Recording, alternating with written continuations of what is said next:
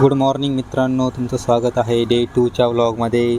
तर आज आपल्याला नाश्ता न मिळाल्यामुळे आपण आज बाहेरून नाश्ता आणणार आहे.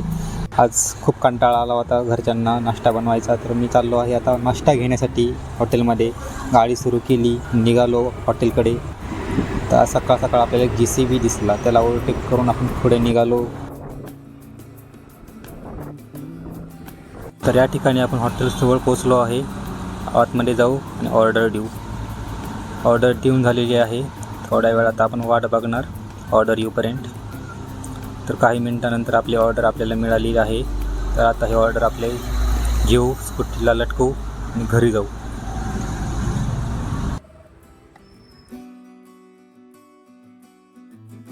घरी जाताना आमच्या घराजवळ एक छोटं हॉटेल आहे, तिथं वडापाव फक्त 12 रुपयाला मिळतो. तर तिथून थोडेफार वडापाव पार्सल करून घरी नेले. नंतर आपण घराखाली आलेलो आहे, बिल्डिंग खाली. लिफ्टचं बटन दाबलेलं आहे, लिफ्ट ओपन झाली. घराचा 4था नंबर दाबला आणि आपण निघालो आपल्या घराकडे.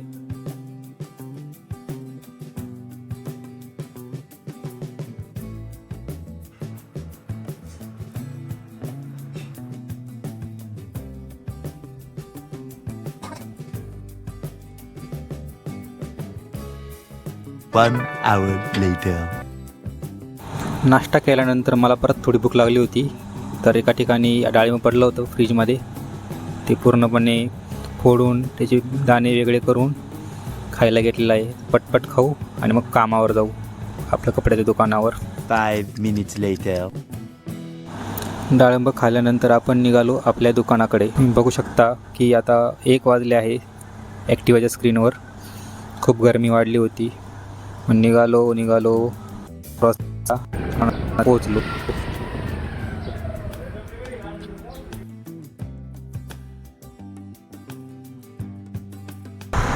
तर आज आहे 3 मे 2026.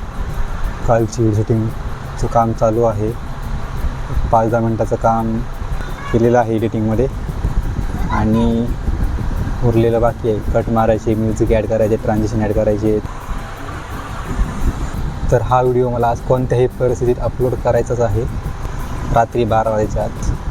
हा आपला टास्क आहे आजचा.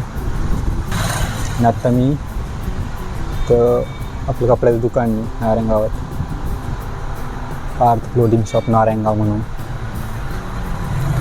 शर्ट, टी-शर्ट्स सर्व काही अवेलेबल आहे 250 पासून.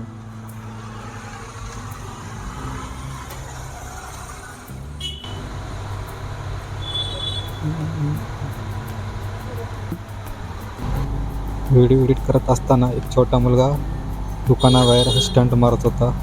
तर तो म्हटला माझी व्हिडिओ बनवून दे, मला रील बनवून दे. तर तुम्ही जे स्टंट बघू शकता. या व्हिडिओमध्ये मी त्याच्या स्टंटचं एक छोटीशी रील बनवली आहे, ते तुम्ही नक्की बघा.